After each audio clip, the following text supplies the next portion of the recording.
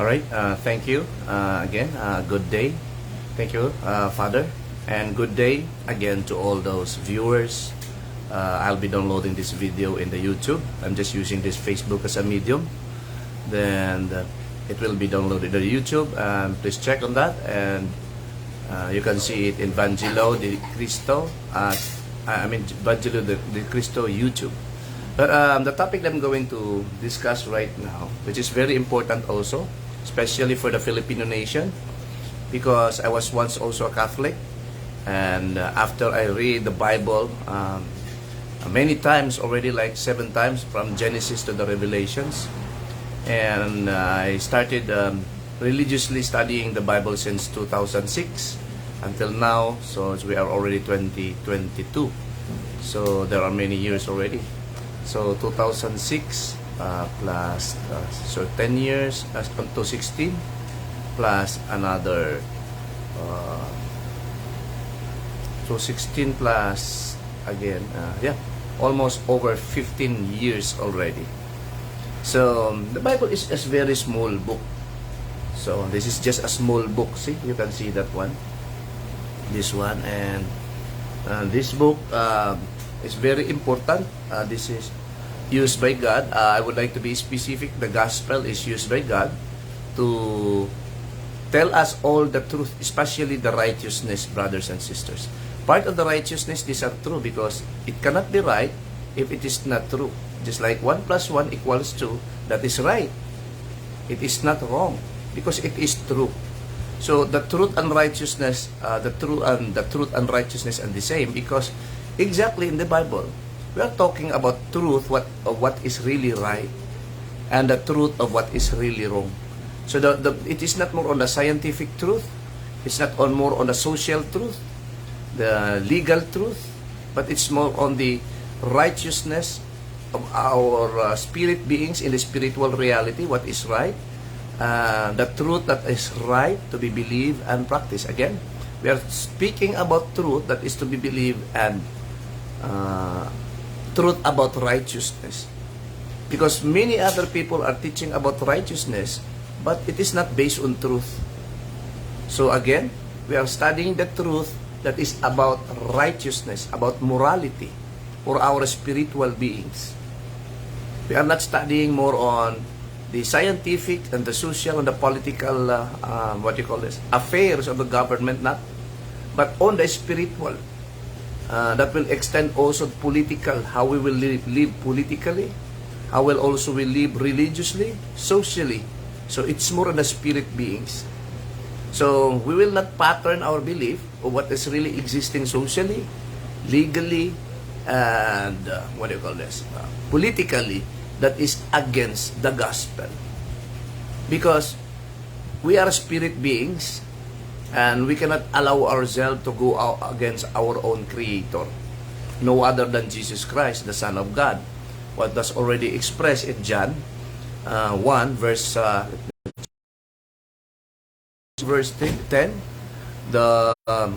He made the world, the spiritual beings, other than the physical world, He made it also. And the world knew Him not. So Jesus Christ is our Creator. It refers really to Jesus Christ, the Word that was made flesh. So it was Him, not the Father. The Father is a powerful being that commands Jesus Christ, or just sending Jesus Christ, and the Word of God is Jesus Christ, brothers and sisters. So we are made by God through Jesus Christ. He is the, if we call it, means or the instrument, if we can call it.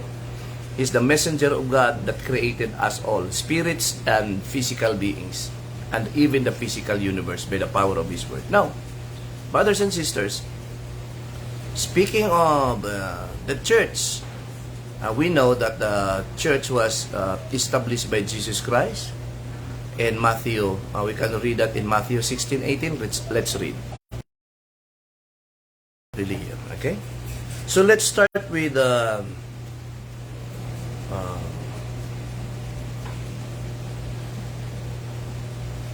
13 of Matthew 16, brothers and sisters.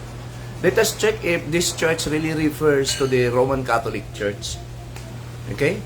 Because the Roman Catholic Church believe that Jesus Christ and the Father do not coexist. They existed one at a time, the Father, the Son, and the Holy Spirit, including the Holy Spirit. They do not coexist in their belief. They are just one God for them that has three personas. Three personas. That is their belief. That one God, three personas. Okay, let's check first. 16 verse 14. Okay, 13. Okay, let's start with 13. When Jesus came into the coast of Caesarea Philippi, he asked his disciples, saying, "Whom do men say I, the Son of Man, am?" I'm using the King James Version, old King James Version. So the words here are hard, but it says that what are these men thinking of me? Okay, I'll read the another version so that I will not be using my own. So the other contemporary version, in English version, so that I can simplify this English with also a basis with the version. Okay, I have the simpler version of the Bible, and I do not think it conflicts with the original one. This is not really critical when it comes to interpretation. I mean the words that they use also here. I know what are the words here. Just to make it simple, I use the King James Version. I use also the other version, which is a simpler version, English version. English, the English used here are simpler than the King James Version. So the contents is still the same, the thoughts. Okay, 16, 14. Let's start it. It says here, then Jesus asked them, "But who do you say I am?" Asking to his apostles, not only Peter. Because Jesus spoke up and asked them, 16, 14, 13. When Jesus and his disciples were near the town of Caesarea Philippi, he asked them, "What do you say about the Son of Man?" He was referring to himself. The disciples answered, see, disciples, not only Peter. "Some people say you are John the Baptist, or maybe Elijah, or Jeremiah, or some other prophet, or to some other prophet." Then Jesus asked them, "Who do you say I am?" And Simon Peter spoke up, "You are the Messiah." Or in other words, you are the Christ, or Christus in Greek. Because Messiah is English word from the Messiah, from Hebrew word. And the Son of the living God. You see? He's the Son of the living God. He's the Messiah. He is not God himself, the Father. He's just the Son. Peter said, he is not equal with God. They are not similar. They are, the same with being gods, but they are not similar. There are many gods. The Father is God, and this is the Son of the living God, also God, as explained by John in his writings, also in chapter 1, John chapter 1, verse 1 to 2, that the Word of God was with God, and the Word was God, and dwelt among us. If we continue. Alright, there are two gods already. So Simon Peter said, which is the so-called first pope of the Catholic Church, as they traditionally called it. That is part of the tradition already. The Catholic, not a Christian tradition. Because it's not part of the gospel. If we believe in the right thing, on the truth about what is right, only the gospel. Only the gospel in Romans 1:16 to 17. Therein is the righteousness of God. The righteousness of God in where? The gospel. What is revealed? What revealed? From faith to faith. So everything that we have to believe is in the gospel, all the righteousness. Is it right to say that the Pope, the first Pope of Roman Catholic Church is John? Where it is in the gospel? Where is it in the gospel? We know that the gospel of Christ is complete from faith to faith. As basis of our spiritual faith, we as spirits, the basis of our faith. And the just shall live by faith. That is in Romans 1:16 to 17. Do not forget that. Then I'll continue. What do you say I am? You are the Messiah, or the Christ, the Son of the living God. Jesus told them, Simon, who is Peter, son of Jonah, you are blessed. You don't discover this on your own. You see? You don't discover this on your own. And it was shown to you by my Father who is in heaven. See? Jesus Christ and Peter have one thing in common. Peter said, you are the Son of the living God, the Messiah. He is the Son. And Jesus Christ confirmed. Peter knows that by his own, according to Jesus Christ. I'll repeat. Simon of Jonah, you are blessed. You did not discover this in your own. See? He was not able to know it by his own. What happened? How did he know it?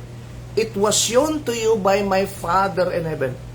Meaning, Jesus Christ was talking of another being, my Father. And Peter was also talking of another being than Jesus Christ. You are the Son. You are the Son of God.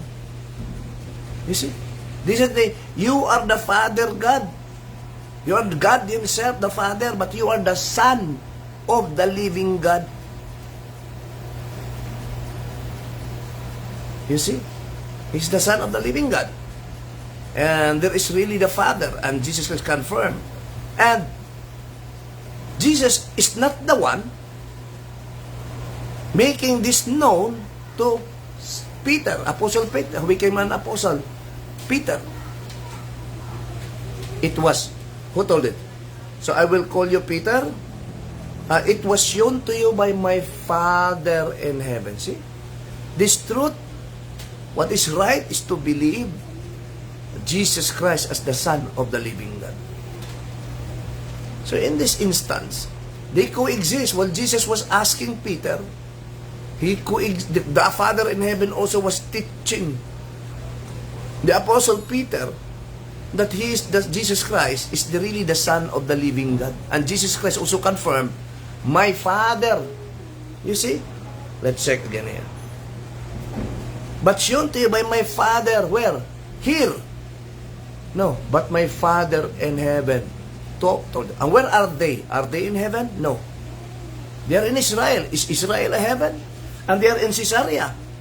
Okay? Philippi. When Jesus, in verse 13, when Jesus and his disciple were near the town of Caesarea, Philippi, that is not heaven. The one who told Peter that Jesus Christ is the Son of the living God and he's the Messiah or Christ, or we call it Jesus Christ. Christ from the word Christos and Messiah from the word Mashiach, Hebrew. So in English, Messiah and the Christos in English, because this is originally written in Greek, so it should be Christos. But whatever, in Hebrew it is Mashiach. English is Messiah. So there is also an English translation of Mashiach into Messiah. But I prefer Christ because it came from the word Christos, because the gospel was preached in Greek, not in Hebrew. I'm also very particular about that so that we will know, because in the original word, I'll check on this one in Matthew 16. Okay, let's. Also in Greek, Christos. And they translated it in Christ, Messiah, something like that. So, whatever. But I prefer Christos. And it is also originally also written in Greek in Christos.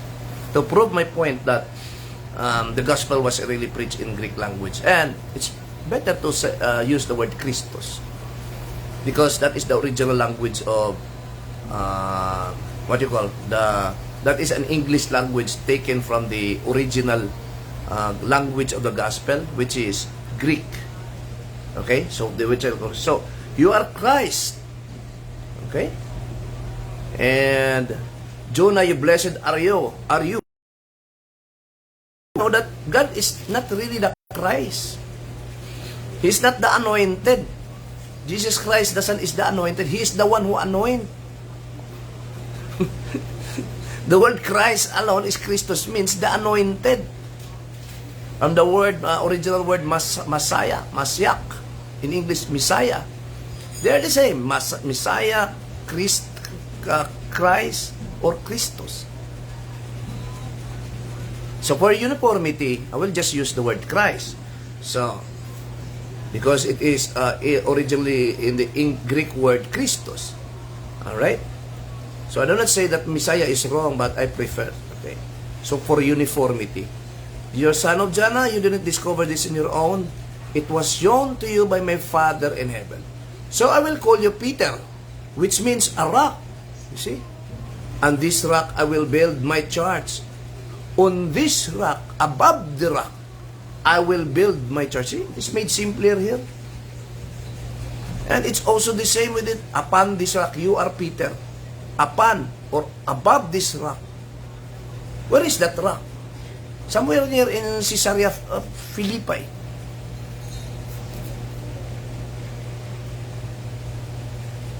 Somewhere there. Not in Rome. He said that. And is that a literal rock? Well, because the gospel that didn't stop there. Because I've said the gospel of Christ is the righteousness of God, is where the righteousness of God, the truth about what is right, revealed from faith to faith, that we have to believe so that we will live by that faith. If we do not believe the gospel, we are the enemy of Christ. We become sinners. There are a lot of the Bible that we can prove, we can use to prove that point that I made or I am making in this video. I'll continue. So I will call you Peter, and I will build my church, and death itself will not have any power over it. So see, that is a simpler version. And I will give you, I'm using again that contemporary version to simplify the hard words of the King James. But I prefer really King James. I understand King James, God's mercy, because this is closest. But the contents, making it simpler, is also the same, close to it, the thoughts. This is exactly giving me, making my job lighter to explain. Because the words are more simple. And I have basis the contemporary English version. Okay?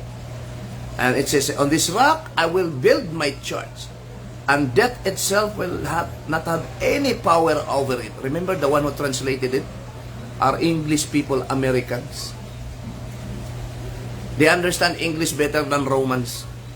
And they also know how to translate from Greek. And they also have that Greek. They just make it simpler for everybody with the language that we are using today, English language that is commonly used today. The language or the words used in King James are, we call it deceased or defunct, not commonly deceased, dead already, not mostly used now by native English speakers, American English people, or British, Australian, not much.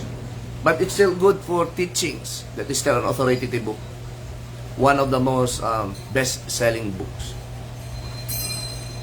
of all Bible versions.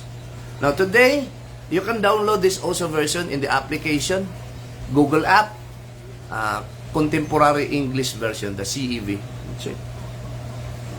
Yeah, Contemporary English Version. Here. Contemporary English Version. I prefer you buy a big one. This is a small one. And it's only, I think, 400 something, but it's for free. You can also download it for free by application. Not less than 2 minutes or not more than 1 minute or less than 1 minute. Sorry, less than 1 minute, you can already have the application on your cell phone. Just go to the Google app. Again, Contemporary English Version or CEV. This is good if you want simpler language. And you also download King James Version so that you will know.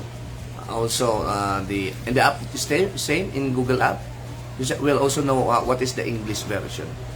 What is Old King James Version. Okay, I'll continue. On this rock I will build my church, and death itself will not have any power of it. I will give you the keys to the kingdom of God, and God in heaven will allow you whatever you allow on earth, but He will not allow anything that you do not allow. See?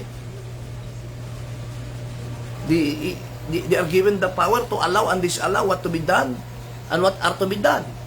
So these are the works of the apostles. And Peter was also given expressly about this. But is it only Peter that was given this power? Or there are many other apostles who were given already the including Peter? And because we are reading now Matthew 16. Okay, let's look at in Matthew 14. Because it was in 16:18 that we read.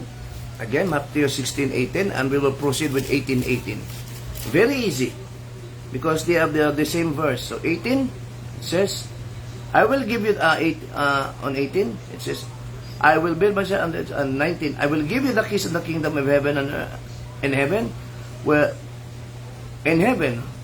whatever you allow on earth will also be allowed in heaven, but whatever you do not allow on earth will not be allowed in heaven. See? And about 18:18, and it was speaking to Peter. Are the apostles also not included with these keys? To allow and not allow, because the keys to the meanings to enter the kingdom in heaven. How to enter? You have to follow the apostle, Peter. If he doesn't allow, meaning if he doesn't allow that kind of works, then do not do it. If you allow it, then do it, so that you can enter the kingdom of in the kingdom of heaven, meaning your spirit being can be with Jesus Christ, who's the ruler of the kingdom of heaven. Now in 18:18, brothers and sisters, the same. I promise you that God in heaven will allow whatever you allow on earth. To whom did Jesus Christ make the promise? To these apostles, not only Peter. I promise that when any two of you on earth agree about something you are praying for my Father in heaven, I will do it for you. See? Not only Peter was given, there is a continuation of the gospel, meaning the gospel of Christ is not only confined to 16:18. There are many right. It is right that Peter was given the keys, the power to make a commandment, to forbid and to allow. Whatever he allowed will not also be allowed in heaven. Whatever he allowed, will also be allowed in heaven. Meaning, allowed to be done, but whatever he didn't allow will not also be allowed in heaven. If you do something that he didn't allow, you cannot be worthy to enter the kingdom in heaven. That's it. The same is true with these apostles. They also have the key to disallow and to allow. Not only Peter, so we have to include them. So that is right in 16:18 for Peter. And now we will also include 18:18. That is another part of the gospel that we also have to believe. Yeah, it doesn't say the gospel of faith is revealed from only one faith in one verse. No. From faith to faith. Jesus is giving us something that we have to believe. Was also Jesus Christ telling that one that we cannot diminish or we cannot take away. Meaning, we have to believe that also the word. That other than the apostles, other than Peter, the other apostles are also given with the same power that Jesus Christ gave to Peter, Apostle Peter. That is 18:18, I promise you, see, that God in heaven will allow whatever you allow on earth. But He will not allow anything you don't allow. I promise that when any two of you, see, any two of you, he was talking not only one Peter, but the other apostle, any one, two of you. Okay. Even the two of you. Much more if there are many. Jesus Christ never had two apostles only. Right? So I promise that when any two of you on earth agree about something you are praying, for my Father in heaven will do it for you. When either of two or three or come together in my name, I'm there with you. See? That was the promise He made for the apostles. I am with you. He was talking to many apostles. Let's check. We're reading in 18 of Matthew. Let's go back to 18 verse 1. About this time, the disciples came to Jesus. You see? He was touching with the disciples. We are reading 18:1 here. And we just proceed. There are a lot of teachings that Jesus Christ made, and He was also talking the same thing. I promise to you, meaning the disciples, that what God in heaven will allow whatever you allow on earth. I promise you that God in heaven will allow whatever you allow on earth, and will disallow what you ever disallow on earth. The same power that Jesus Christ in 16:18 of the Matthew, the same book, was given to Peter. And it's very clear that not only Peter. If you go to this 18 and 18:1, he was speaking to the disciples. 18:18 proves that that includes also not only Peter, the other apostles. That is one thing that they are also rocks. They are also rocks. Not only Peter, and it was really Peter who expressly said that. So that is also part of the gospel. You see? Peter is Petros, but the rock, it doesn't mean many rocks. I will build my church. It's not Peter. Because Peter told us of another rock that is part of the gospel. And let us say, it's really Peter claiming that he is that one rock, he's the rock in which the church or the spirit's beings created by Jesus Christ must be established. Is it? Did Peter say that, or those anti-Peter? Peter did not claim it. I'll read. Okay? Petros, you are Petros. Upon this Petros. Okay, let's check. Words. It was even called Petros for Peter. And the rock originally is written in Petra. You see? Massive rock. And the Petros is just a piece of rock. Massive, very big rock. You see? And you have the first English Bible, which is the Douay-Rheims version. The same is true. I'll check. Still the same.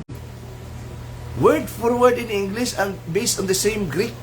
You are Petros, at upon this Petra. You see? Are they the same? No. In the other Petros, Peter was really Petros, which is also mean a piece of rock, and it also referred also to the name of Peter in that particular verse. He is also called the rock, and that is also to refer Peter the apostle. And that rock, a piece of rock, could also mean a literal piece of rock, and it could also mean the apostle. So you see, a piece of rock compared to the massive rock. Petros is the Greek word there as basis that the Catholic also use, the Greek word, and it is also Koine Greek. It was Petros, and upon this Petra, are they the same base words? No. Massive rock, you are a piece of rock. You are Peter, it doesn't mean that you are a piece of rock. You are Petros because that is exactly his name in Greek. And Petros, that name could also mean, the same spelling, mean a piece of rock. But that massive rock is a literal thing. Even on the grounds, it was also mentioned in that, the Greek word, it could be a massive rock on the ground. You see, Petros refers to Peter. You are Petros. Upon this Petra, they are not the same even in spelling. And the meaning is also not the same. And the Petros is different from Petra. Because Petra is a massive rock and Petros is just a rock. You see? The Catholic really they have the Bible. They studied for how many years, centuries already, but still, they're lying against Filipino nations. They first lied against themselves. They are not faithful to the Greek interpretation or the Greek translation of the language of the gospel of Christ. That is part of the gospel. That is part of the gospel that Jesus Christ commanded to be the right thing to be believed. Petros and Petras, for them, are the same. Upon Petros, upon this Petros, it doesn't, I will build my church. No, you are Petros, because that is exactly his Greek name. You see? You are Petros, Greek equivalent name. Upon this rock, when the gospel was written, Simon Barjona was called in that gospel as in Greek translation as Petros. And that is part of the gospel. He was Petros in the gospel. Not in Hebrew, because Hebrew is not part of the gospel. Hebrew language. Not even Latin, not even Arabic. You are Petros, Jesus Christ said in the gospel. It was translated by the apostle, and Jesus Christ was with them in spirit until the end of the world. They wrote it together with the spirit of Jesus Christ. That's why that is also the language allowed by Jesus Christ, who were with the apostles. Had it not been allowed by Jesus Christ, the apostles should have been stopped by Jesus Christ himself by saying his word. Stop that. Speak in Aramaic that nobody can understand. Like Arabic, nobody can understand. But during that time, the international language in the Middle East, most nations, Jew nation, Arab nations, or all other nations can understand it. Especially going to the Greek provinces, Greek-speaking people distributed in the Middle East, brothers and sisters, or scattered in the Middle East during that time. You see, Petros is not the same with Petras. Petra means massive rock, very big rock. It is even defined on the ground. The same Greek text that used by Roman Catholic Church. You see? They are different. Why you insist that it's really Peter? Because you said Peter came to Rome. What did Peter do in Rome? It's not even part of the gospel that we have to believe it from faith to faith. Even if you do not believe the Roman Catholic Church, God will not blame you. Why? Because it's not part of God's gospel. God is teaching us with His own gospel through Jesus Christ. And that is even called the gospel of Christ or the gospel of God. You see? I have to... my battery is running out already. Like this. I do not keep on smiling. I try to smile. Of course. But if you know the error, you rebuke them. In Tagalog, sitahin mo. You sita or rebuke them. Reprimand them. I'll read that verse to you.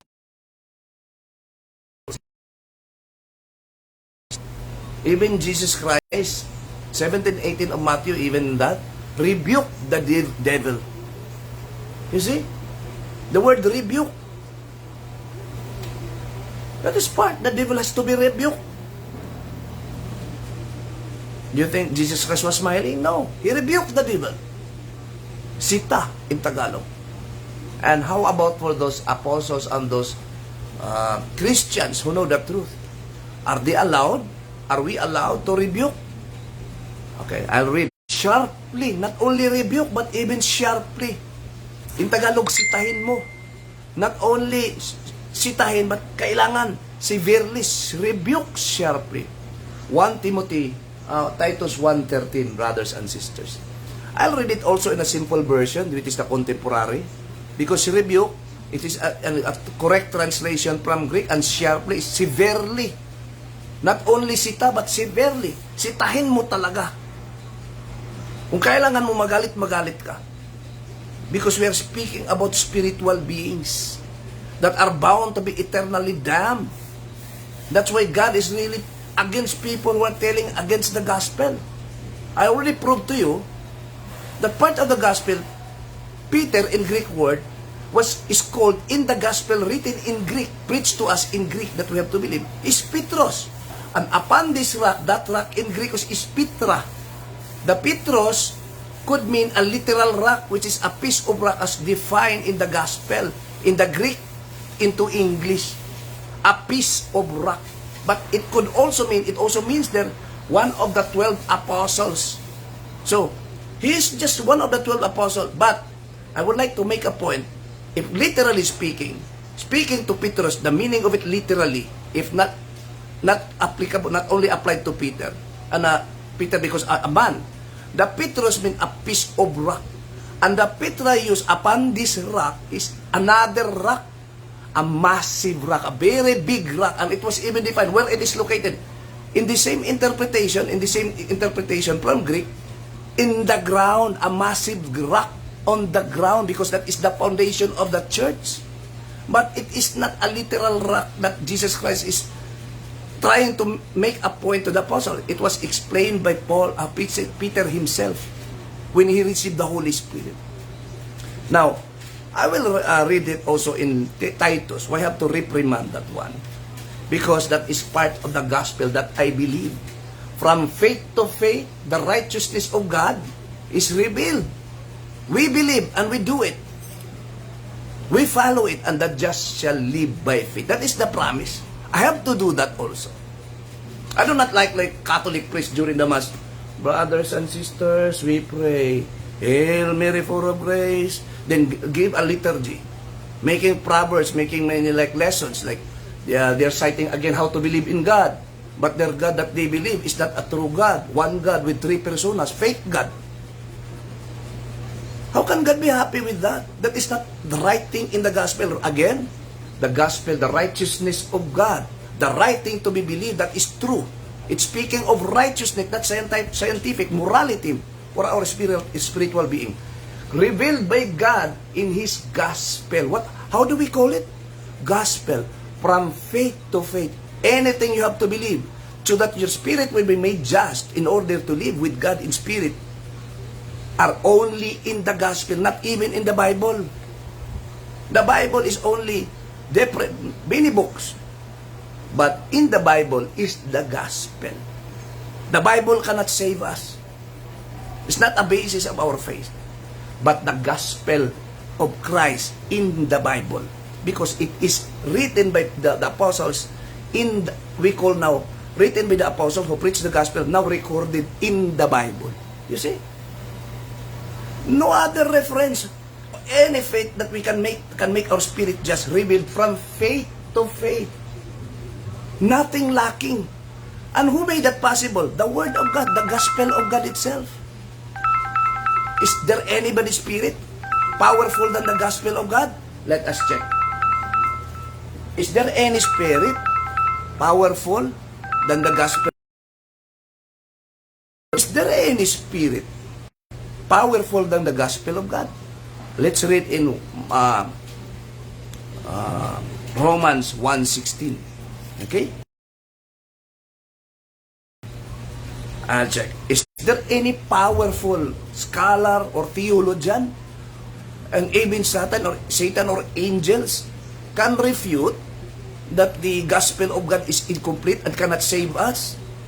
Can refute that? Can argue against that the gospel of Jesus Christ is complete from faith to faith? Is the gospel not enough to save us?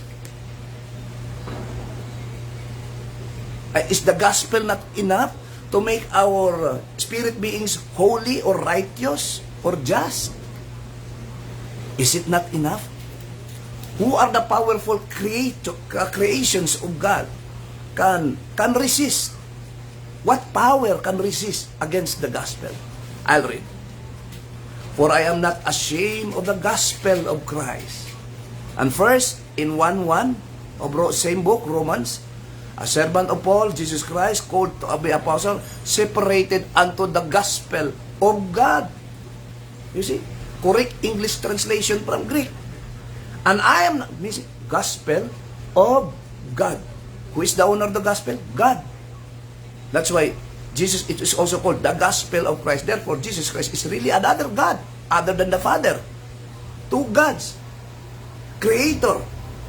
And I will prove that also to you. That those who receive the powers of the powers of God are also called God, but not creators. Jesus Christ and the Father are creators. As they are spirit beings, Jesus Christ is a spirit being that has a flesh. We are also spirit beings with a mortal flesh, like the apostles before, but their mortal flesh died, but they still exist as spirit beings until now. But we are not creator. We are just created beings, but we are still gods. Who said that? The gospel of God. People think that we are not God. Why? Because they are not believing the gospel. If you think that you are not God as a Christian, being a spirit created by God, who received the gospel of God, if you think as a spirit that you are not God, then you cannot be made just and you cannot live with God. You do not know the spiritual, the truth of spiritual reality. The gospel is telling us the right thing to believe, meaning the truth of the right thing. What are the truth? What are the true rights? Because other people are teaching rights, but right thing to believe, as they say, but it's not a true. It's not true because only in the gospel, and no one can, what do you call this? No one can question the gospel because I'm not ashamed of the gospel of Christ. It is the power of God. See? It's the power of God. Unto salvation, everyone that believes. Meaning, it's not the power of God to salvation. You need just to believe. Do not have to pay God. Believe, then do it. To the Jew first and also to Christ. For therein is the righteousness of God according to the word of God in His gospel alone, the power of God, revealed from faith to faith. See? Where is the righteousness of God revealed? Meaning, the teachings that we should believe as right,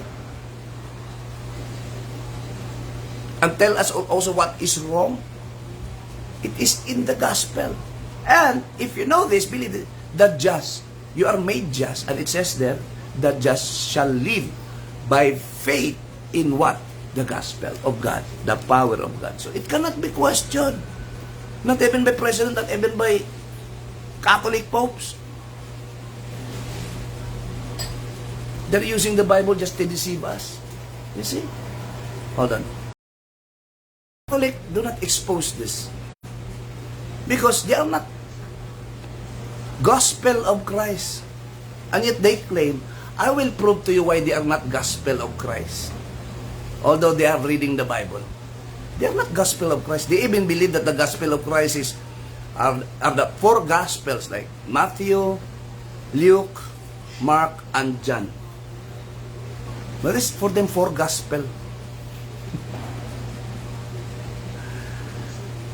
But in the Bible, it's very clear that the gospel of Christ are preached by the apostles. Paul is part of the apostle. James is part of the apostle. They received the gospel of Christ. And their teachings are part of the gospel of Christ because Jesus Christ is the one preaching the gospel of the kingdom. And His Spirit was hid with the apostles. And I read that the gospel of Christ is the power of God that lead us, our spirit beings, to salvation. Not to mention our accessory beings, which are physical in nature, but our spirit beings that we cannot see with our physical eyes. Our real existence, immortal existence. Spirit cannot die, but they can be tortured and punished by God, by the gospel of God. If a part of the gospel is vengeance, revenge of God. Good news to those who will be saved, but to those who will not be saved, part of the gospel, that they will also be tortured. You see, brothers and sisters, that is part of the gospel. And it's very clear that the gospel of Christ is the power of God revealed that can lead us to salvation. You see, there are many good things for the salvation. Wherein the righteousness of God, see? The truth about His righteousness. It is not about scientific, but about morality in the gospel that will save. Morality can save us. Where? In the gospel. Only. Because it says there, it is enough. The righteousness of God is revealed. It is only in the gospel, from faith to faith, that we can read now. That we will live, or we will be made just or holy, and shall live forever. Speaking of forever, because we are speaking of the spirit beings, so it should be forever. Because it is for the spirits beings that God created. And His gospel is called the gospel of God, or the gospel of Christ, brothers and sisters. You see? Why use encyclopedia? Why use this one? Catechism of Catholic Church, officially written in Latin. Those will need this one. Is this called the gospel of God? Are the people who wrote this in Latin promised by Jesus Christ to preach the gospel, and Jesus Christ will be with them? Where? In the gospel again. No. Only the apostles. And those people who were with the apostles, who helped in preaching the gospel, it is also part in the gospel. Like Luke, Mark, you see? He mentioned that. A fellow worker of the apostles to preach the gospel. And they wrote in Greek, even if they are not apostles. This one, it was written in Latin. Is this the official language of the gospel for the whole world that we serve as our basis? No. We base from Greek. English translation based from Greek. Filipino translation based in English or in Greek. Not in Latin. Therefore, this is not the gospel of God. And it is part of the gospel of God that it is a really complete basis of from faith to faith. The power of God. This is not the power of God. This is not also the power of God. I'm speaking now that the Filipino nations divided into Muslims, Catholics, and other Protestant churches nowadays, claiming to be of gospel but not preaching the gospel, even saying that we do not have to obey. We just have to believe. I explained that already in the previous videos about born again. You see? How to counter that. It was in the previous videos. It was a long exposition. So right now, I'm just trying to focus on the Church of God versus the Roman Catholic. See? The Roman Catholic Church, how can they be the true church? They are not exposing the gospel. They are even exposing this in page 9 of this book.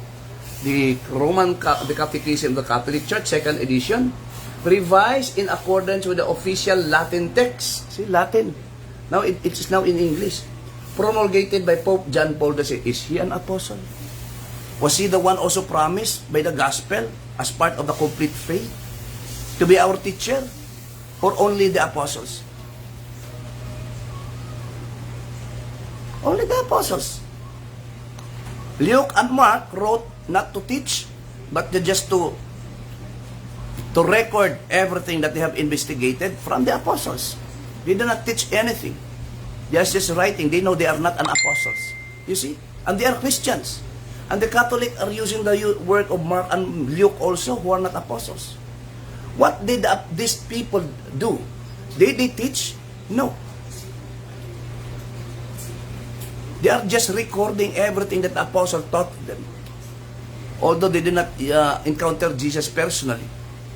But the apostles, including Paul, who saw Jesus, after Jesus was raised from the dead, and even Jesus called him. And it was in Acts 9, recorded by Luke. Intelligent physician, Greek physician, who wrote two books, the Luke and Acts. You see? They are not teaching. They are just telling us a story that happened and even investigated and wrote it into their writing, because I believe Mark and Luke can write Greek well. They wrote it. And did not teach, they just narrate everything that they knew from the apostles. You see, they are just fellow helper of the apostles. You see? And you have never encountered the apostles, and you write your own doctrine telling the people that other than the apostles, the scriptures,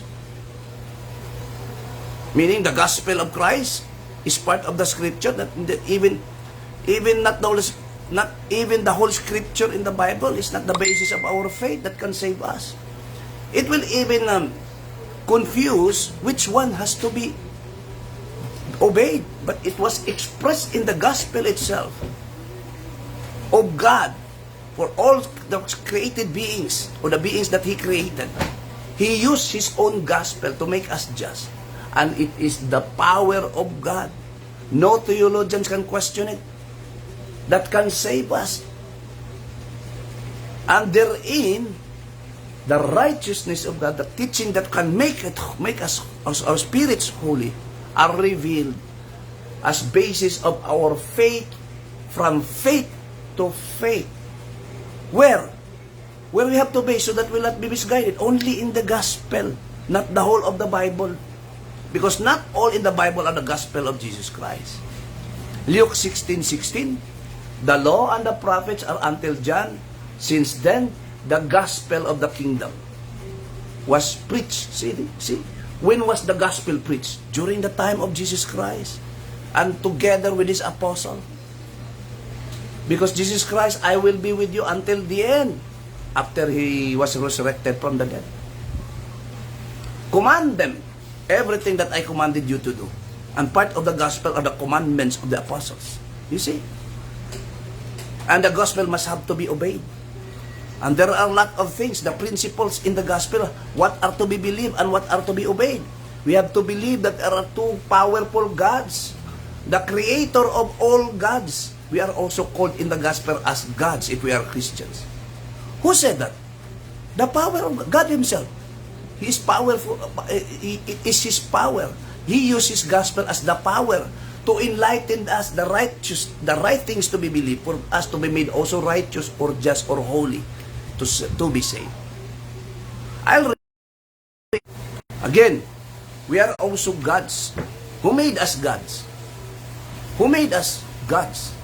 The same God, a creator, Jesus and the Father. Our origin, where we came from, our creator. We are a created beings.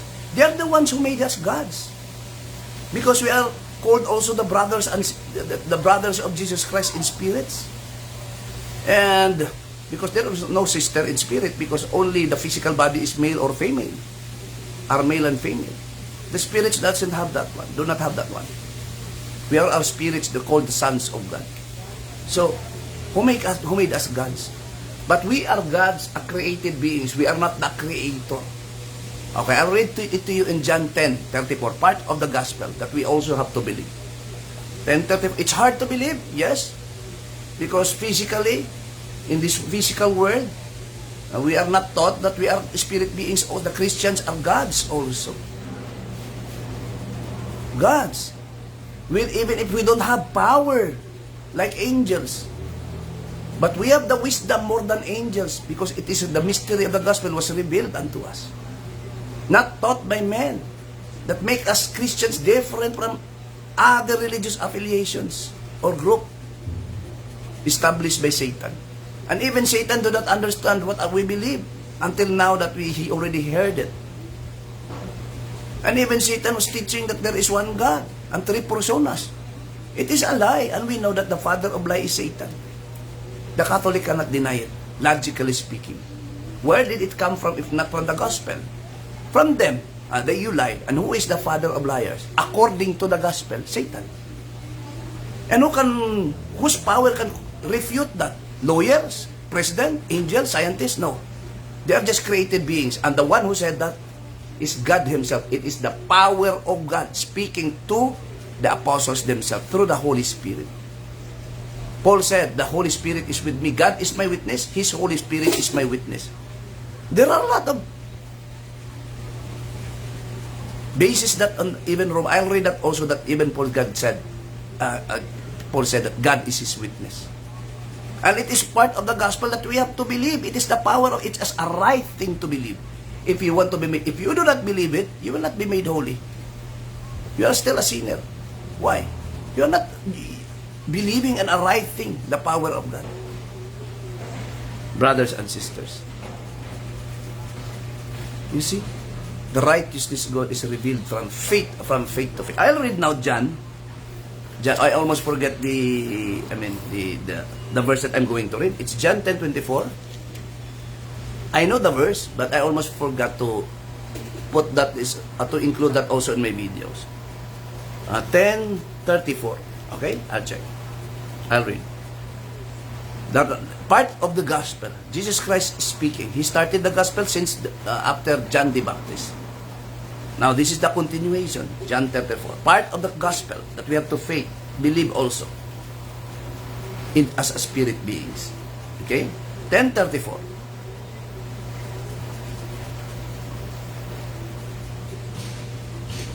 Okay, let's check first with this, because it was in John 10:30. I and the Father are one, Jesus Christ said.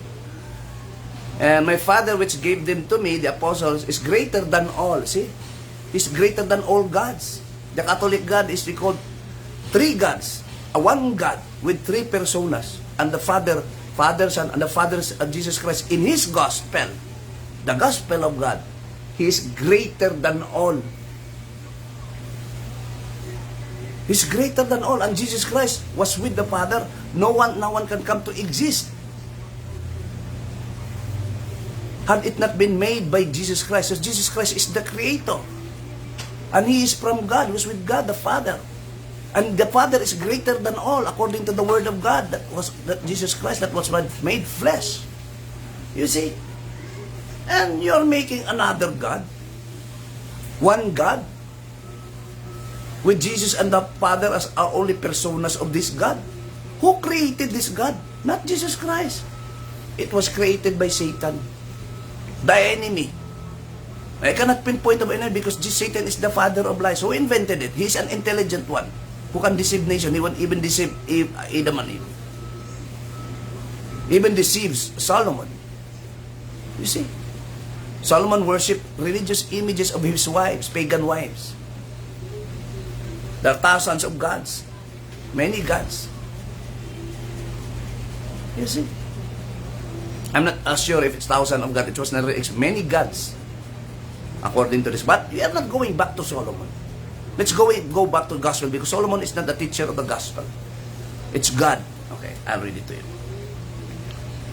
And 10:30. Okay.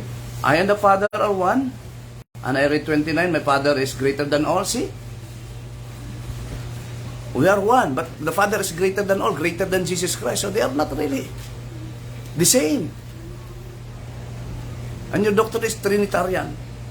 No man is able to pluck them out of my Father's hand. Then Jesus took up stone again to stone. And then the Jews, because of this, Jews took up a stone against him because they are believers also of one God. He called God as his Father, and he said, I and the Father are one. They are united. And then Jesus answered them, many good works I have shown to you from my Father. So it's a work from the Father, not from him.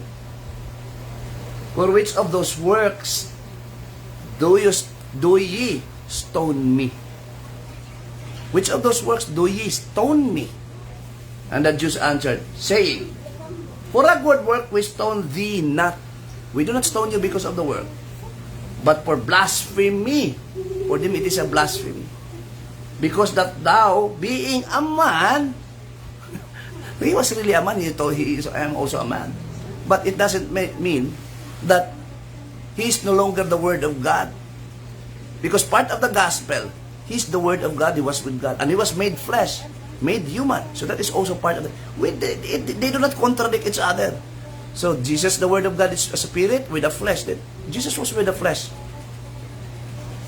That Word of God was made to flesh. We call it Jesus Christ already. The spirit and the flesh became one. And we call it Jesus Christ. Two become one, was made flesh. God was made flesh, the Word of God. See? The God was made flesh. Is it possible? Yes, it is in the gospel. That is the power of God. That we have to believe also if you want to be made just, or to be corrected, or to be made right in our spirit, as a spirit being. So that we will live. God taught us for us to believe, not to disbelieve. Because if you do not believe Jesus Christ, His gospel, it is a sin, and we will be punished also. Jesus Christ want to correct. Who can correct our spiritual beliefs?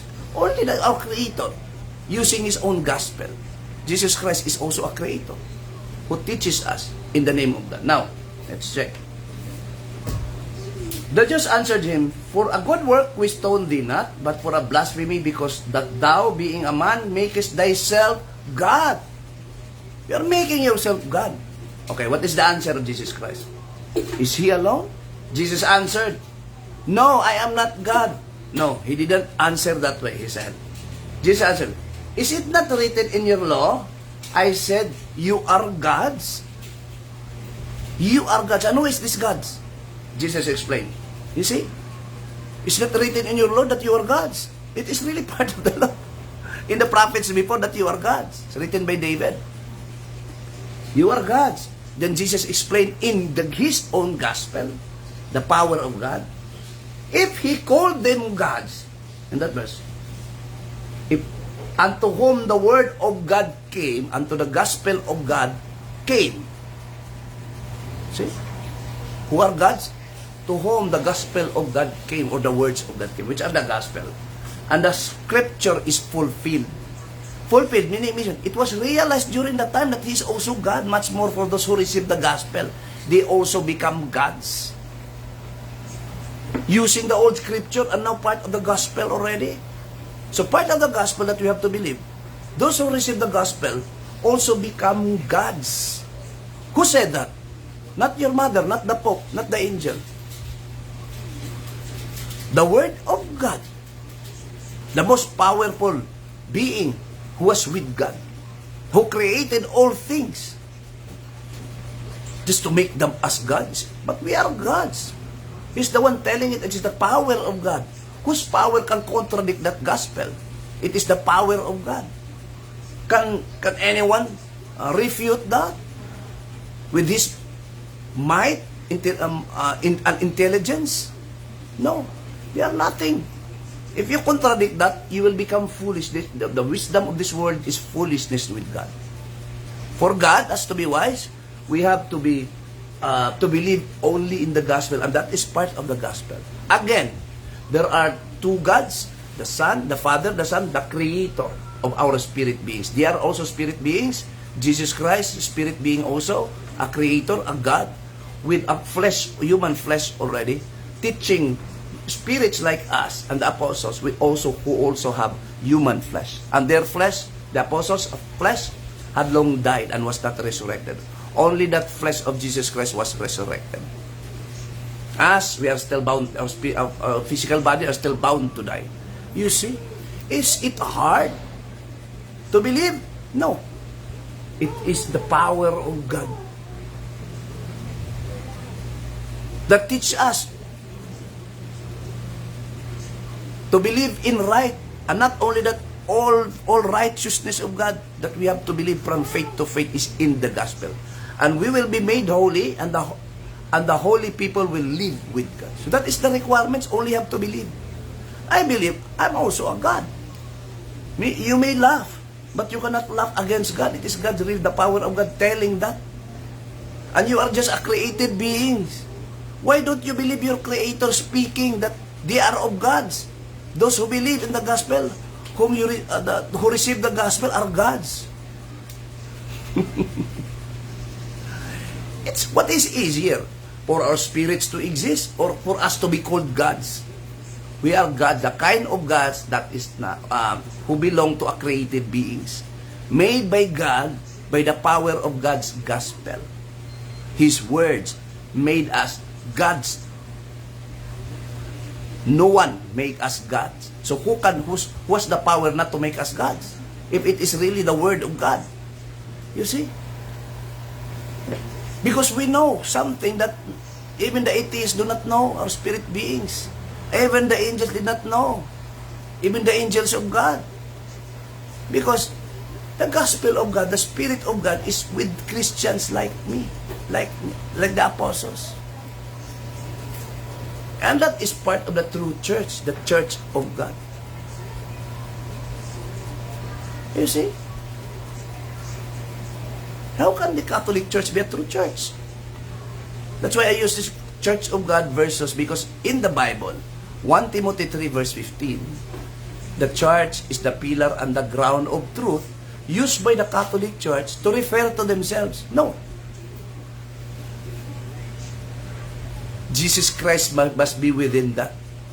And it means that even the Word of God is within them. And they are the pillar of truth.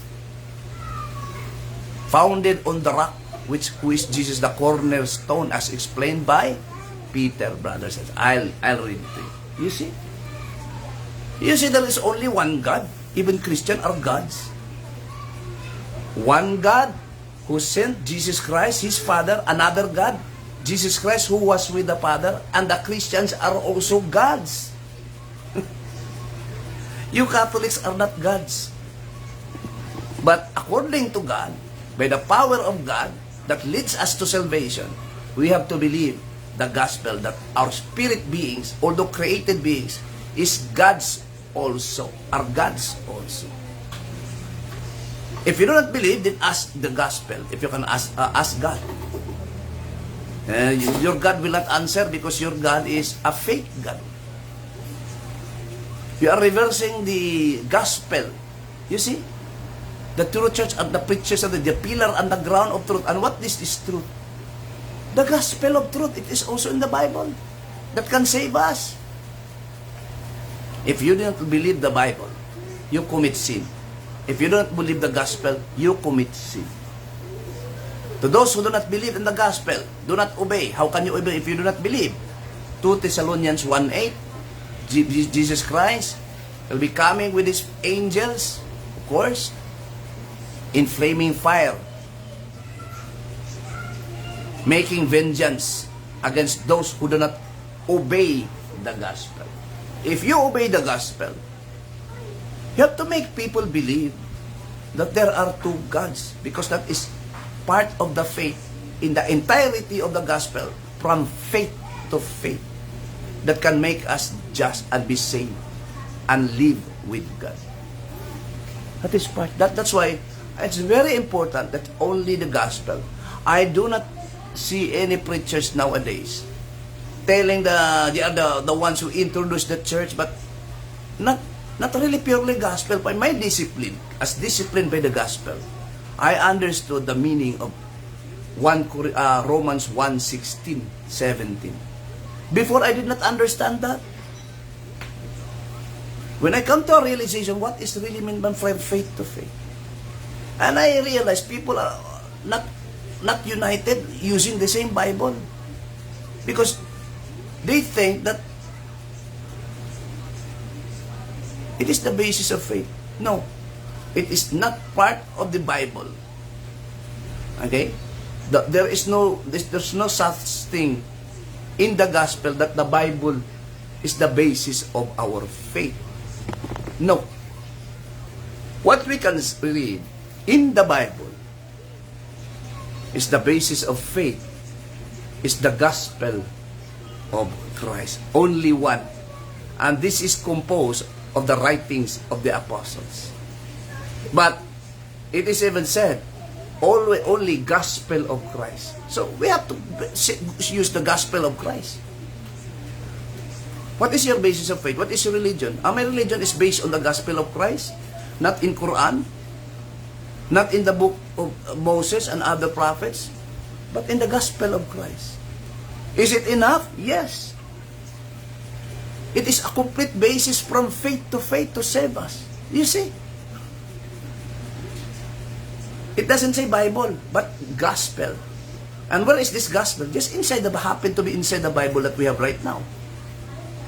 I prefer that Christians are believers of the gospel of Christ because Christ is the author of the gospel. You see? Toward salvation for all spirit beings that He created.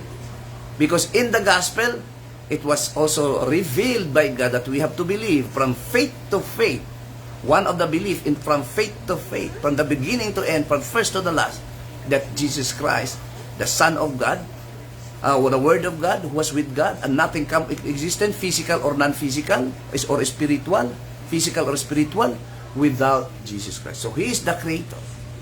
John 1:14, He made the world, and the world knew Him not. You see? Even your mother, even your pastor, He made Him, the spirit beings. The angels, spirit beings. And how come you believe on the pastor? Why? Did your pastor have a gospel? Do they have power? If there is, Jesus Christ said, in His gospel, there is other gospel, but there is only one gospel, the gospel of Christ. For the Catholic, they have many gospels, but incomplete. Gospel of John, Gospel of Mark, the Gospel of Luke, the Gospel of... They're the only two. That's why it's a lie. The Gospel written in Matthew is the Gospel of Christ. The Gospel written in Matthew, John, Luke, Paul, James, all apostles and their co-workers are the Gospel of Christ. Their teacher is Christ. That's why it's called Gospel of Christ. Although Paul said that in my Gospel, and the Apostle Peter said, the commandments of the apostles are of Jesus Christ, of the Lord. And the commandments are part of the gospel. So in short, who is the head of the apostle? Who sent the apostle? Who sent Paul, also an apostle? Jesus.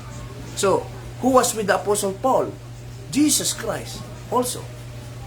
Even in his heart, Jesus Christ Spirit live. So it is really the gospel of Christ. But it doesn't matter if they own it, the gospel of Christ is their own gospel too, because Jesus is with them. And it was really given for them to minister the gospel. I read that the apostles are the minister of the gospel of God, which is also called the gospel of Christ. So, it's in Greek word. So, Euanghelio de Christus. I'll read it to you. Great in Greek. I'm just using it so that you will be knowing about Greek. You are not obliged, and me not obliged to study all Greek. Except there are things that I have to emphasize. How is it in Greek? So that we also understand that it was really called in the official English, official language of the Gospel of Christ, Euangelion to Christos. Euangelion to Christos. And you can read that by yourself also, or on yourself, by yourself also. So, they are ministers of the gospel. No one. We believe the apostles. They are the ones who ministered the gospel. Jesus Christ was with them. And it is enough. It is already complete from faith to faith. It is pistis or pistios. Isten. See? From faith to faith. So, nothing lacking. We will also check the definition.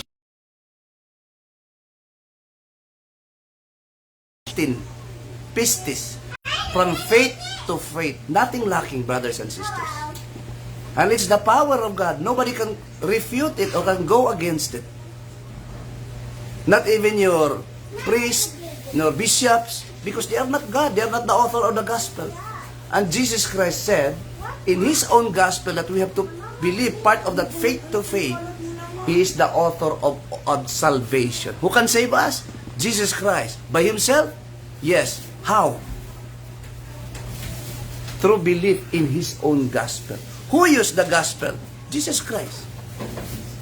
That's why He had this gospel written, for Him to save us. Without obeying the gospel, without believing the gospel, we cannot be saved. And I would like to highlight the truth within the gospel, which is right thing to believe, so that we will be made holy or just, that Jesus Christ is the only one author of salvation. You see? And there are people who are making another gospel. Who is the author of salvation? Only Jesus Christ. Ahitios, Soterias, Ahinaios. Which means the author of eternal salvation, of the gospel. Only one author of the gospel that is part of the gospel that we have to believe, part from pistis up. Pistis to, is pistis. Meaning from faith to faith. You see? Why use another book not called gospel, not authored by Jesus Christ? Is Jesus Christ the author of catechism? Is Jesus Christ the author of Quran? No. Is this part of the gospel? What is authored by Jesus? How do we call it that can save us? 1 Romans 1:16 to 17. The gospel of Christ is the power of God. Meaning which power? Who is the power? God. And who are you? Who give you the power to go against the gospel? It is the word of God who created you. And now you become a religious person teaching another thing. You study theology. You call yourself a prophet against the Creator who created all beings, whether Muslim, Christians, Catholics or not, even atheists. And you go against the gospel of your Creator. And it is the power of God. Who are you? You are just a created being. It is that God's power that you were made. And the same God taught our spirit beings that telling us it is the power of God. Meaning, no one can argue against the power of God, which is the gospel. Who are you? God, it is called the gospel of God. And God, Jesus Christ is 5:11, the author of salvation. And what is this? Where are this salvation made? Where are this salvation? The right things that we have to believe and the wrong things that we don't have to do. That will make us holy or just in spirits. That will lead us to salvation. And where is this? It is the gospel of God, the power of God. And why are you debating against the gospel? And you even called yourself Roman Catholic Church. Where is it that in the gospel where this called the Church of God? The doctrines are based on the gospel. Why your doctrines are not based on the gospel? Believing in one God with three personas. Where in the gospel, Jesus Christ is also the Word of God who was with God. And the Father also is a true God whom that sent Jesus Christ. Whoever believe in the Father and the Son, they are both gods, the creators. And we are the created beings, the Christians, also called gods. Who said? The gospel of Christ, Jesus Christ. Do you question that power?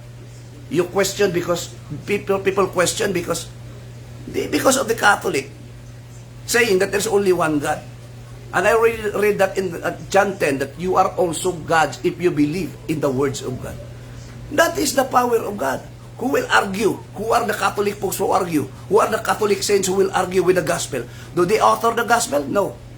And they use the Bible, yet they do not know the gospel. And you said that you shared the gospel. Who? Who shared the gospel? You? No. It is God who shared His gospel to the whole world, to every creature.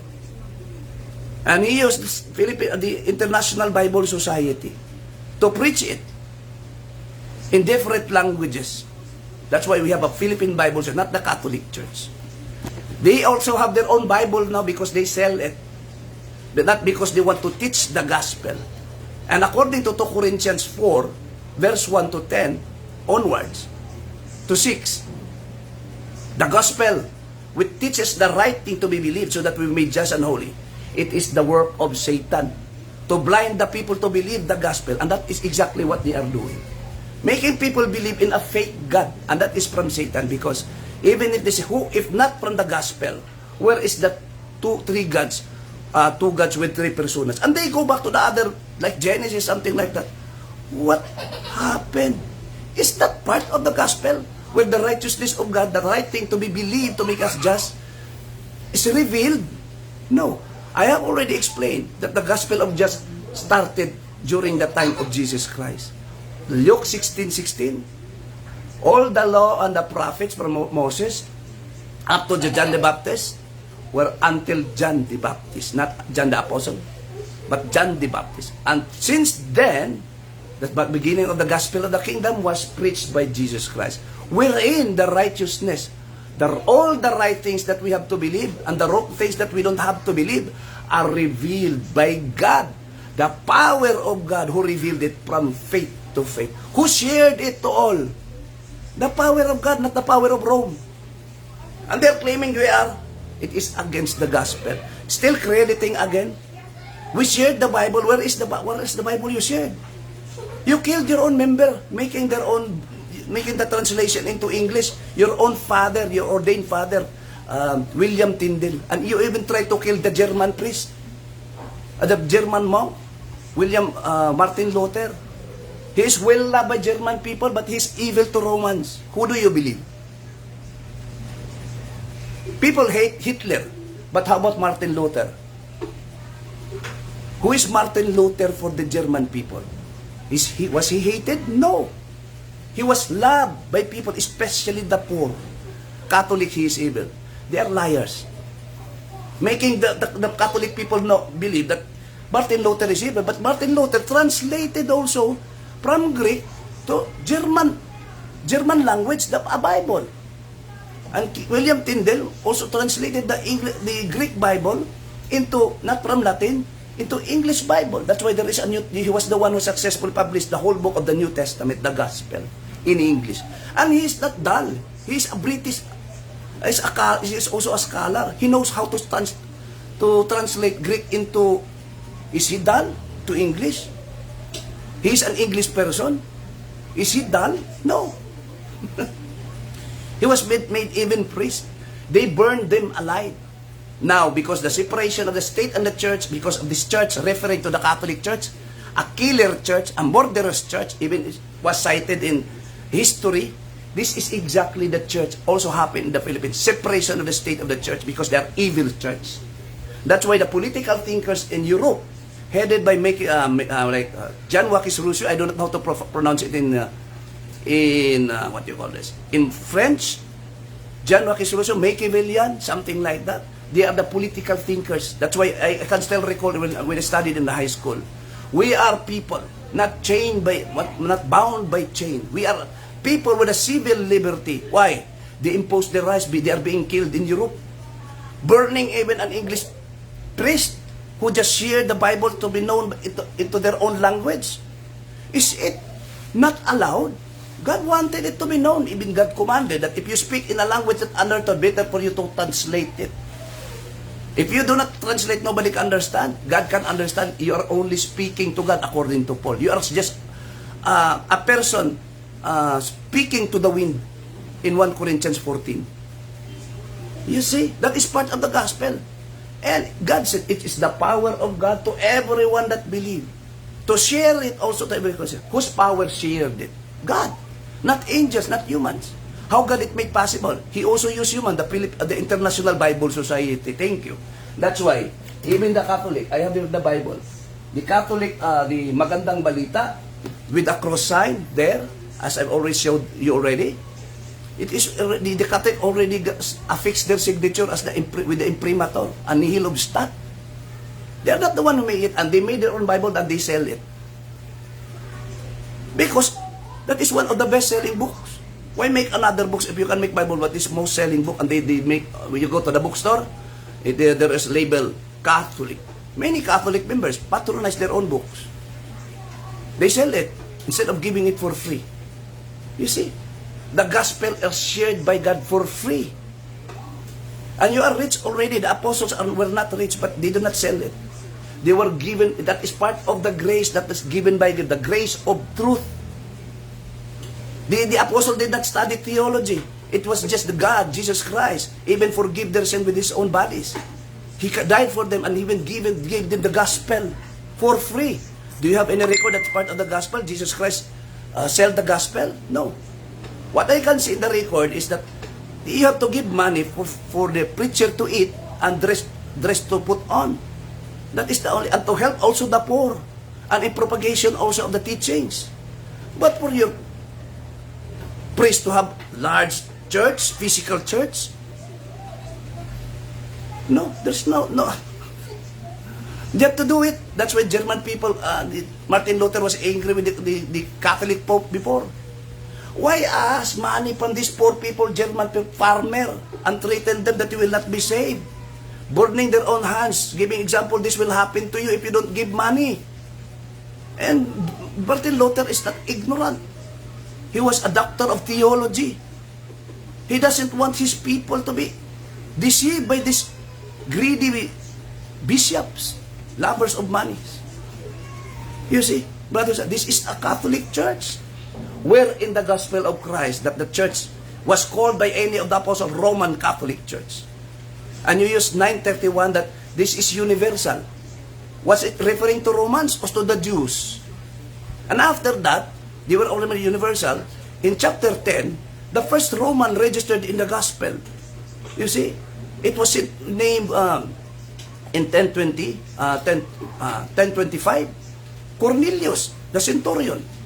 And Peter was surprised when they are included, and he said, "Oh, now I perceive," according to his English word in the English translation, "that God is not a respecter of truth." In simple language, I already realized that God is not really favoring only the Jews. He's calling all nations that fear God and work holy things. Work righteously. See? Because that centurion feared God, and God sent him an angel. And the angel appeared to this Cornelius. He's a captain, an Italian captain. He's not a Jew. And Peter thought that it was only for the Jew. And that was in chapter 10. And Luke, a Greek physician, wrote chronologically. Chronological, step by step. Sequence by sequence, the proper sequence. Just like a story. He did not mix up with like the, what you call this, the writing of John in Revelation. There are mixed up already. We do not know which come first. But in the writing of Luke, because he's a good physician, a Greek, intelligent Greek man. That's why you cannot be a physician if you don't, because there are a lot of memorization if you are a physician. And Greek words. So that's why he wrote 2 books also, although he's not an apostle. But only writing the teachings of the apostle. He is not writing from his own opinion, because he knew that he's not one of the apostles. He was just one of the helpers of the apostles. Now, it was a chronological. But before that, in 931 of the book of Acts written by Luke, it is where throughout the Christians, the church were throughout from Judea, the capital of Judea is what we call now Jerusalem, to Galilee and Samaria. And they are throughout. And the Greek word, its equivalent is kath. This is the derivative, which is the origin of the word, the Catholicos in Latin. It was preposition, not a noun. Catholicos in Latin. In English now, it is Catholic. And you call Catholic now. And it is a noun. You see? Throughout, they are Jews. It's not Romans. You see how twisted the gospel of God. It is not the part of the right thing. You are doing right thing, a wrong thing against the gospel.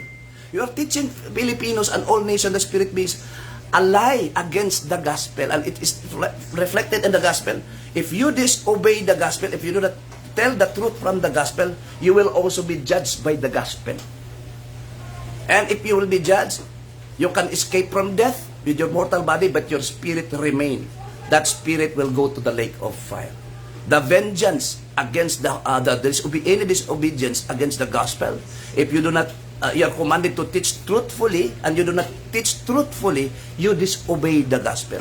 Because even for Paul, I'll read it to you. He was commanded to minister the gospel in 15:18 of the Romans, and also in this 2 Corinthians. What did the apostles do in ministering the gospel? And what did Satan do against the gospel? Let us check. 2 Corinthians 4:4, brothers and sisters. You see, this is the power of God to save us. Look, everything in the Bible, every book, tell me of the power of God to save us. What can save us? Only the gospel. And part of the gospel, you have to believe in two gods, the Creator, the Father, and the Son. And you also have to believe that Christians are also gods, because it is in the gospel. How come in the Catholic, they teach there is only one God? Why making a difference? It is a lie. It is not a lie against humans, your parents, your loved ones, your wife, your husband. It is not, but it is a lie against your Creator, who can punish you or can reward you if you obey it. You see? And if you also teach your children, they will be like you. They will be punished also by the Creator. You see? Because the gospel is for everyone. But of course, the infants, the little children, according to the gospel, knowing nothing about the gospel, they will also be saved, even without baptism, as you call it. Even if your baptism is not baptism, because in Greek it is baptizo, the English equivalent is baptism, meaning to immerse in the water. And before you baptize, according to the gospel, teach them first the gospel. You baptize right away without teaching the infants. How can you teach infants? So it is against the gospel. And that is the work. You twisted against the gospel, the apostles. What the apostles did? Okay. I'll finish this one. 2 Corinthians 4. This is part of the gospel, from faith to faith. One of the faith, in faith to faith from the beginning, to that we have only to believe. The gospel is complete. The Bible is not complete as basis of our faith. It will just confuse if you read everything in the Bible as basis. Only the gospel. Since then, Jesus Christ preached the gospel, and this is the power of God that can save us, for therein is revealed everything that we have to believe from faith to faith. Who said? Jesus God. The power of God. Will you argue? Who are you? Do you have another gospel? Do you have any apostles? Are you with the apostles? You have an apostle? No. Are not the apostles powerful than you? Who can also bring dead to life? Jesus Christ said, commanding them also to resurrect. Can you? You are not greater than the apostles. And the apostles are not ordained by man or angel, but God Himself, according to Paul. That's part of the gospel. I'll read now the 2 Corinthians, because I'm going to somewhere else, very important. So, I'll end this with this verse. And let's continue with another topic, brothers and sisters. 2 Corinthians 4, 1. It says here, okay, therefore, seeing we have this ministry of what? The gospel. As we have received mercy, we faint not, meaning they are not discouraged, because God's mercy is on them, and we have this ministry of the gospel, not the catechism written in Latin. Under ministry, they wrote it in Greek.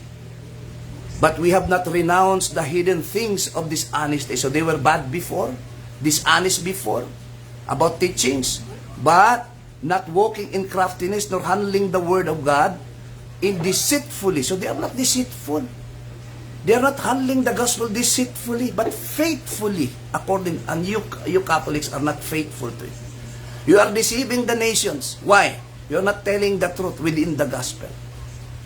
You are not telling the truth. Then it says here, but my manifestation of the truth commending ourselves to everyone. We prove it to everyone by using the gospel, ministering, and our conscience in the sight of God. Do you have the conscience of the God? Whose power to save us is in gospel? Are you teaching His gospel? Who tell us that the gospel of Christ is also the gospel of God? Is there only one God? Is Christ, Jesus Christ, the God, the Father? No. Jesus Christ, Christ means the anointed. He is not God Himself. Jesus Christ was made flesh. The Word of God was made flesh, called Jesus Christ. And the Father was in heaven, remained in heaven. In the beginning was the Word. When the Word was with God, referring to Jesus Christ, was with the Father. And the Word was made flesh, dwelt among us. Who dwelt among us? The Word of God. Where is God? The origin of the Word of God. Remain in heaven. Who dwelt in flesh with it? Is the Son of God. It was crucified, not the Father. In the Catholic, even the Father was crucified. It is again against the gospel again. That it is not right to believe it, because if you believe that there is the Father was left on heaven, Jesus Christ, the body was crucified, that God's greatness is still there, that He is more powerful than all, who commanded His own Son, who created everything, to be crucified. And for the Catholic, even the Father was crucified. It is a disgrace to the Father. That's why many Filipinos, even the President Duterte, in the television said, how could I believe a God who created all things? And how being allowed Him to be crucified by His creator? That's true. But Duterte was not able to know the doctrines, the gospel, because he is a Catholic. Even your president do not know that. Whose fault is that? You are the minister. You are the minister of the gospel. You are the servant of the gospel. It is your fault deceiving your own president who now go against you. You are hypocrites. Why? You did not tell because Jesus Christ, there is somebody more powerful Him, commanded Him to obey, who was set as an example for all Christian beings also created, to follow God the Father of Jesus. The true God, Jesus Christ said. The Father. He is the true God as a Father. Jesus Christ is also a true God as a Son of God. You see, it's part of the gospel. You being in the spiritual reality, you do not know the truth because of these Catholic popes. They are rich. They have big churches, literal churches. And they are destroying your spirits. Politically, they are political leaders. You go to the masses with these people, knowing now that they do not preach truthfully the gospel of Christ. What happened? Who are with them? They said, if not Jesus Christ who established the church, the Roman, who established? You teach lies. It's Satan. You do not preach the gospel. You don't want the gospel to be shared to all humanity. You have been killed. Had it not been through the initiative of God, who made it, has the power to share it, all His gospel, to the International Bible Society, we cannot have here in the Philippines the Philippine Bible Society. It came from God, especially the book that I'm reading right now. From the International Bible. It is really God who wants His gospel to be shared to every creature. Now I read 2 Corinthians 4.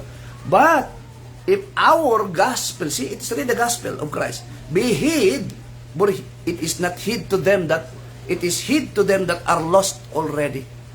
If you do not know the gospel, your mind is covered, do not know the gospel. It is covered, not revealed to you, who are lost already. Who said? It's part of the gospel. God declaring, you are lost because you do not know the gospel. And who was to blame? Okay? In whom the God of this world, so the God of this world, referring to Satan, hath blinded the minds of them which believe not. So it's Satan who blinded them.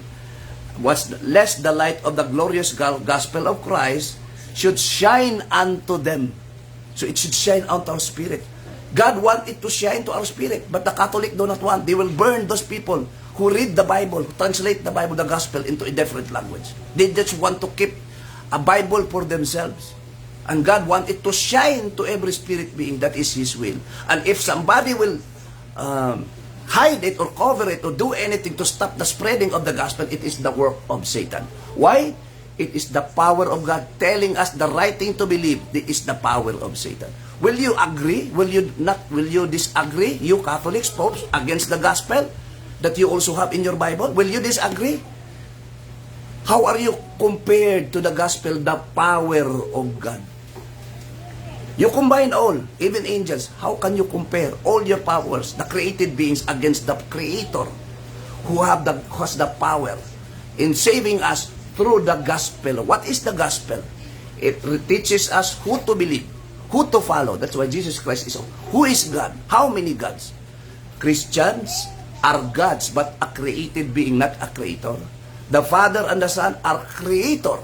They are also God. I read that already in John 10, starting from 34 onwards.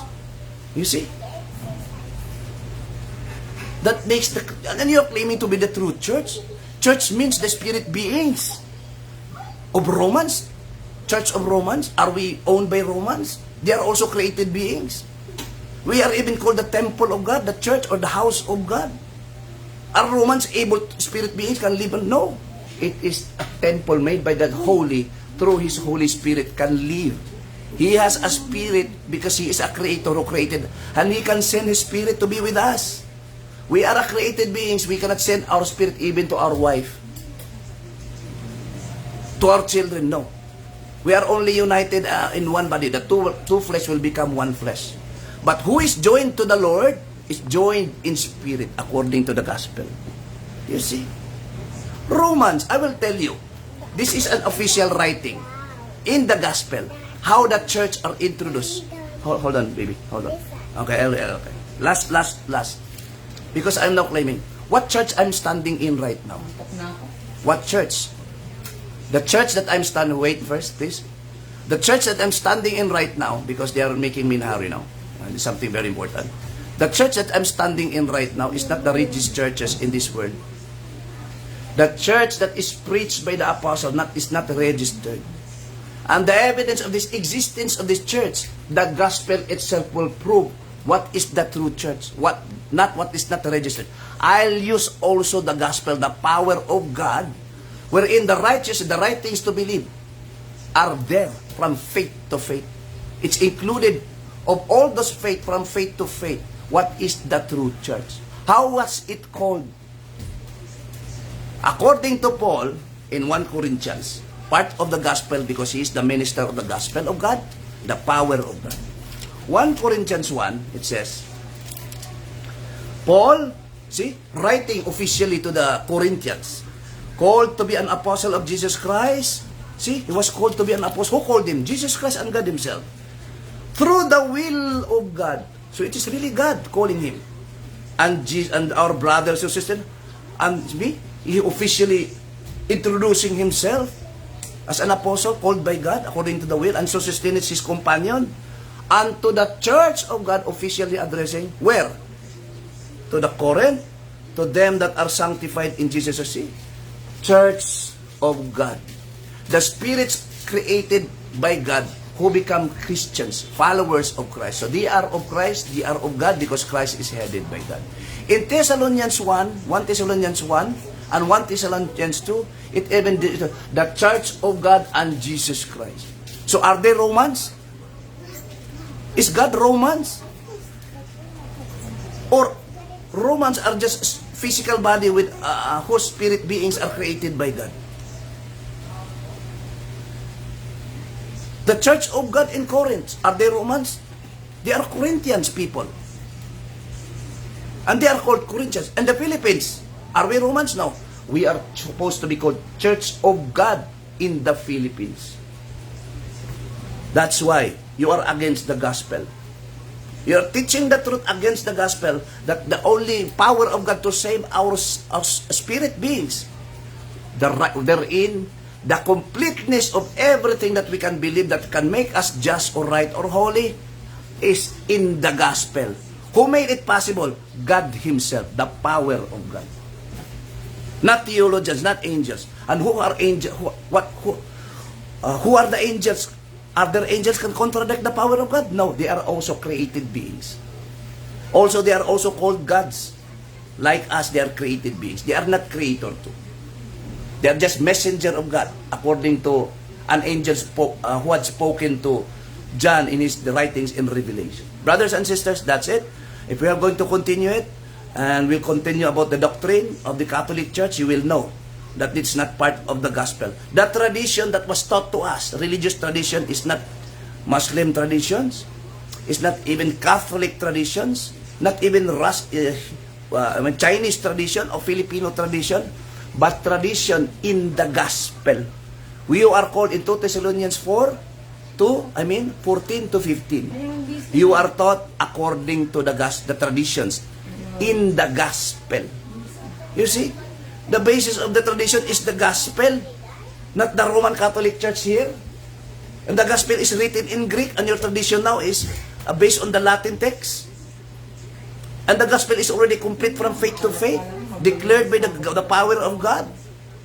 Is it possible to make it? No.